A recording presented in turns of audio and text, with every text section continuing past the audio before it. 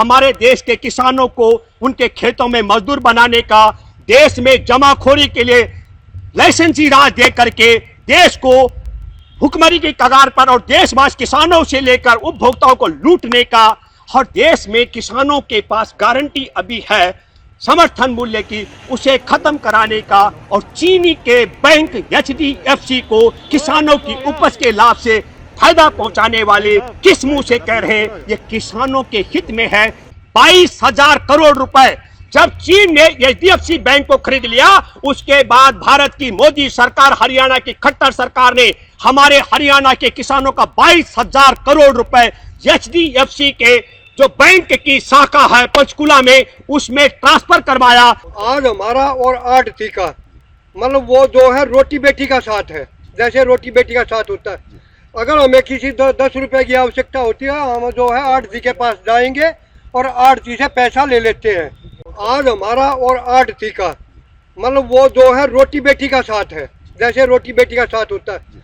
अगर हमें किसी 10 रुपए की आवश्यकता होती है, हम जो है आढ़ती के पास जाएंगे और आढ़ती से पैसा ले लेते हैं। और अब कॉन्ट्रैक्ट फार्मिंग के अंदर हम रिलायंस वाले को पूछेंगे या किसको पूछेंगे? लेकिन अब ये जो अध्यादेश लाए जा रहे हैं इनके द्वारा उसके जितने भी अच्छे जो प्रभावित करने वाले निष्कर्ष थे उन सभी को ध्वस्त करने का कार्य किया जा रहा है। तो ये जो अध्यादेश है किसानों के विरोधी है और किसान इससे बहुत ही प्रभावित होंगे। इसके दुष्परिणामों से जो है किसान वो पीड़ित है और इसके खिलाफ विरोध की आवाज़ जो है वो सड़कों पर आकर के किसान बुलंद कर रहे हैं। 2013 के कानून से हम बिल्कुल संतुष्ट थे। उसके अंदर एक तो ये था कि जो market rate, minimum market rate होगा उसका दुगना मुआवजा किसान को मिलेगा। दूसरा उसमें यह था कि अगर जो किसान की ज़मीन, किसान ने 5 साल तक अगर मुआवजा नहीं उठाया तो जो है वो ज़मीन किसान की होगी। दूसरा इसके साथ ये था आगे भाई अगर भौतिक कब्जा उसने सरकार ने उसका ले लिया लेकिन किसान उसकी बोझोत कर रहा। और एक और मजे की बात, किसान ने मुआवजा उठाया भी नहीं, मुआवजा भी नहीं उठाया और किसान का उसका ज़मीन का कब्जा भी सरकार अपने वो दिखा रही है भाई हमने इसका कब्जा भी ले लिया, उसे भी किसान को वंचित कर दिया। तो भाई इससे किसान बिल्कुल रुष्ट है और हम बिल्कुल इस बात को नहीं चाहते। अब जो है 2013 के कानून को ध्वस्त किया जाए। 2013 कानून वो किसान के हित में ठीक था, लेकिन 2014 में जो सरकार चेंज हुई उसने उस कानून को ध्वस्त करके किसानों के साथ बहुत बड़ा खिलवाड़ किया है। हम समझते हैं कि ये कानून बदला हुआ किसान के हित में नहीं है। राउत भाई 2013 में जो कानून आया था उसके तहत जो किसानों को सबसे बड़ी राहत मिलने की बात थी वो ये थी कि भाई अगर 5 साल तक जमीन नहीं होती है वो, और दूसरा ये था कि जैसे हाई कोर्ट के द्वारा उस 24(2) के तहत किसान हाई कोर्ट में गए और वहाँ से जो ज़मीनों को अपनी लड़ाई को जीत करके आए, तो 2014 में जो है मोदी सरकार ने उसको एक वर्ग पीठ का में भेजा निर्णय के लिए और वहाँ से उसका निर्णय आ गया और तमाम किसानों ने जिन्होंने लाभ प्राप्त किए थे कोर्ट के द्वारा अपनी ज़मीनों को वापस अधिग्रहण से मुक्त कराने का काम किया था, उसको भी सारे किसानों आदि सुप्रीम कोर्ट के आदेश के द्वारा वो जीती हुई किसानों। 26 मई 2014 को जब नरेंद्र मोदी की सरकार ने शपथ ग्रहण किया था, सरकार का गठन हुआ था, उसके तत्काल बाद राष्ट्रीय सहारा के पत्रकार ने पहले तत्कालीन ग्रामीण विकास मंत्री गोपीनाथ मुंडे से यह पूछा था, आप बताओ आपकी सरकार ये उचित मुआवजे का जो अधिकार, पुनर्स्थापना, पुनर्वास और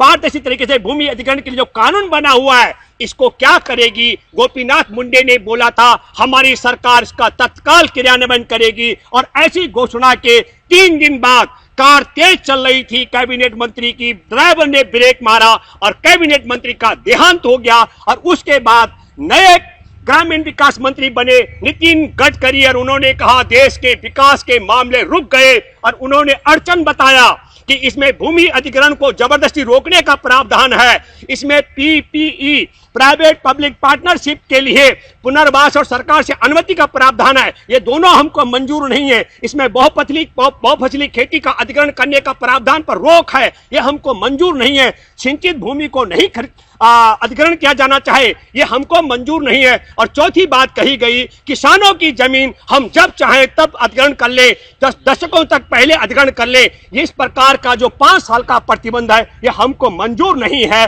तो मैं देशवासियों को, देश के किसान योद्धाओं को बताना चाहता हूं कि नरेंद्र मोदी की सरकार का गठन से पहले जब ये कानून अस्तित्व में आया था तो सत्ता पक्ष के साथ साथ में सुषमा स्वराज बिल के नाम से भी जाना जाता था। मैं ये बात इसलिए कह रहा हूं कि आज हमारे देश में अध्यादेश के खिलाफ जो कानून बनने जा रहा है 3 मुद्दों को लेकर के, एक हमारे देश के किसानों को एक जमींदारी प्रथा कायम की जा रही है, किसान अपने खेतों में कंपनियों का बंधुआ मजदूर होगा।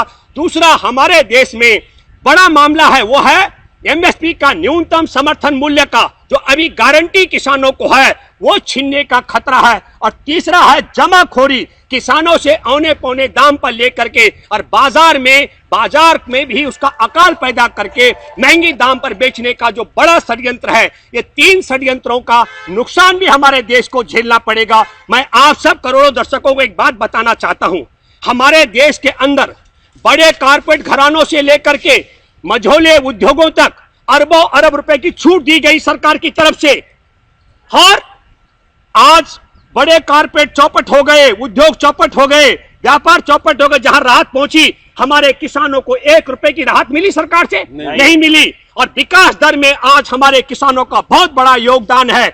यही नहीं, लॉकडाउन के बाद 24 मार्च से भारत में रेल सेवा, बस सेवा, वायु सेवा, उद्योग, व्यापार, होटल इंडस्ट्री तमाम पर ताले लगे हुए थे, लेकिन हमारे देश के किसान और पशुपालकों ने देशवासियों को जिंदा रखा। तो मैं ये जानना चाहता हूं आप सबों से, ये जो हमारे देश के जमींदारी प्रथा कायम करने के लिए ये कॉन्ट्रैक्ट फार्मिंग का जो कॉन्सेप्ट आ रहा है, इसको आप किस रूप में देखते हैं करण सिंह जी? हम तो इसके एकदम से खिलाफ हैं कि कॉन्ट्रैक्ट फार्मिंग के अंदर जो है वो ना तो वही बोलो यहाँ बोलो। कॉन्ट्रैक्ट फार्मिंग के अंदर जो है वो अपने हिसाब से खेती कराएंगे और उसके बावजूद भी फिर वो हमारी फसल को खरीदते नहीं है। तो इसका सबसे बड़ा नुकसान तो हमें ये होगा, तो हम इसका विरोध करते हैं। और इस नए अध्यादेश के दूसरा जो बड़ा महत्वपूर्ण है ये जो न्यूनतम समर्थन मूल्य का मामला, क्योंकि हमारा अभी मंडी में जाएंगे तो वहां न्यूनतम समर्थन मूल्य की तो गारंटी है, बाजार में कौन न्यूनतम समर्थन मूल्य देगा? क्या सरकार को ऐसा कानून नहीं लाना चाहिए कि हमारे देश में न्यूनतम समर्थन मूल्य से कम की कीमत पर किसान की उपज को खरीदने वाले पर राष्ट्रद्रोह जैसा खतरनाक मुकदमा क्यों नहीं दर्ज होना चाहिए? ऐसी धारा लगनी चाहिए कि नहीं? अगर सरकार उधार कर रही है तो क्या मोदी सरकार की ये ताकत है कि मोदी सरकार ऐसा कानून लाने की बात करे? और तीसरी बात मैं कहना चाहता हूं, जो बड़ा सवाल है वो देश के किसानों के साथ साथ देश के आम नागरिकों के लिए भी है। माना किसान की उपज को औने पौने दाम पर देश और दुनिया के बड़ी कंपनियों ने अपने पास उसको भंडारण कर दिया, जो अभी अवैध माना जाता है, उसको वैधानिक ठेका मिल जाएगा और जब बाजार में उसका अकाल पड़ जाएगा तो कई गुना महंगी कीमत पर देश के उपभोक्ताओं को भी लूटेंगे। इधर से किसान की उपज सस्ते दाम पर किसानों को लूटेंगे, उधर उपभोक्ताओं को लूटेंगे। इसको आप किस रूप में देखते हैं? क्या नरेंद्र मोदी की सरकार का यह कहना कि हाँ हमारे देश में कॉन्ट्रैक्ट फार्मिंग किसानों के हित में है, हमारे देश में एमएसपी को खत्म करना, मंडी व्यवस्था को खत्म करना, और मंडियों में जो आड़ती हैं उनका और किसानों का जो रिश्ता है उनको बिचौलिया और कमीशन खोर बताना, मैं कहता हूं अपराध है। इसके भी कई कारण है, वो आप सब समझ सकते हैं। और तीसरी महत्वपूर्ण बात, ये जमाखोरी के लिए लाइसेंस दे देना, ये आप किस रूप में, क्या इससे संतुष्ट हैं? क्या आप सब लोग? नहीं, हम इससे संतुष्ट नहीं है। नहीं। तो दोस्तों देखिए, आज हमारा और आड़ती का मतलब वो जो है रोटी बेटी का साथ है, जैसे रोटी बेटी का साथ होता है। अगर हमें किसी 10 रुपए की आवश्यकता होती है, हम जो है आड़ती के पास जाएंगे और आड़ती से पैसा ले लेते हैं। और अब कॉन्ट्रैक्ट फार्मिंग के अंदर हम रिलायंस वाले को पूछेंगे या किसको पूछेंगे? तो हम इसके बिल्कुल खिलाफ हैं। और आड़ती तो जो है हम उसके पास अपनी फसल को लेकर जाते हैं, वो हमारी फसल को खरीद भी लेता, हमारे को जो है वो साथ के साथ पैसे देता है। और आज भी एमएसपी में जो है वो हमारे को कहते बोला भैया आपके जो खाते के अंदर आ जाएगा, वो 2 महीने में पैसा आता है, 3 महीने में पैसा आता है, और उसकी भी कोई गारंटी नहीं। वो हमारे को जो है वो बताते हैं कि आप फला दिन जो है वो ले अपनी वो फसल को लेकर आएंगे, तब वो फसल को खरीदते हैं। ये भूमि बचाओ आंदोलन के वरिष्ठ सदस्य, ये उस जमाने के MA इंग्लिश से करण सिंह जी, एक सरकारी प्रशासनिक अधिकारी, डेटा सेवानिवृत्त हैं। उन्होंने बताया कि किस तरीके का रिश्ता हमारे देश में किसानों का और आढ़तियों के बीच में होता है। उनको बिचौलिया, डकैत बोलना, उनको इस तरीके से अपमानित करने का जो षड्यंत्र मोदी सरकार कर रही है, मैं आपको एक बड़ा भेद खोलना चाहता हूं। आपने देखा होगा हमारे देश का HDFC बैंक, जिसका 1,75,00,000 शेयर बैंक ऑफ चाइना ने 11 अप्रैल को खरीद लिए, और जब 11 अप्रैल को बैंक ऑफ चाइना ने हमारे देश के HDFC के 1,75,00,000 शेयर खरीदे, तो 5 मई को चीन ने गलवान घाटी में कब्जा किया, और 7 मई से हरियाणा के किसानों का जो गेहूं की कीमत थी, जो सरकार ने आढ़तियों के पास भेजी थी उनके बैंक खातों में, अलग अलग बैंकों में 22,000 करोड़ रुपए जब चीन ने HDFC बैंक को खरीद लिया, उसके बाद भारत की मोदी सरकार, हरियाणा की खट्टर सरकार ने हमारे हरियाणा के किसानों का 22,000 करोड़ रुपए HDFC के जो बैंक की शाखा है पंचकुला में, उसमें ट्रांसफर करवाया, जिसमें HDFC के बैंक खाते में 22,000 करोड़ रुपए 7 से 10 दिन तक का ब्याज का लाभ भी उसने उठाया। और रोचक बात बताना चाहता हूं, फरवरी 2020 से HDFC बैंक के शेयरों की कीमत में 41% की गिरावट आ चुकी थी। तो मैं आप सब लोगों से जानना चाहता हूं कि 5 मई को चीन कब्जा करता है हमारी सीमा पर, और 7 मई को मोदी की सरकार और खट्टर की सरकार फायदा पहुंचाने के लिए HDFC बैंक में 22,000 करोड़ रुपए किसानों के डलवाती है। तो ये किसको लाभ पहुंचाने का खेल है? हमारे देश के किसानों को उनके खेतों में मजदूर बनाने का, देश में जमाखोरी के लिए लाइसेंसी राज दे करके देश को भुखमरी की कगार पर और देशवासी किसानों से लेकर उपभोक्ताओं को लूटने का।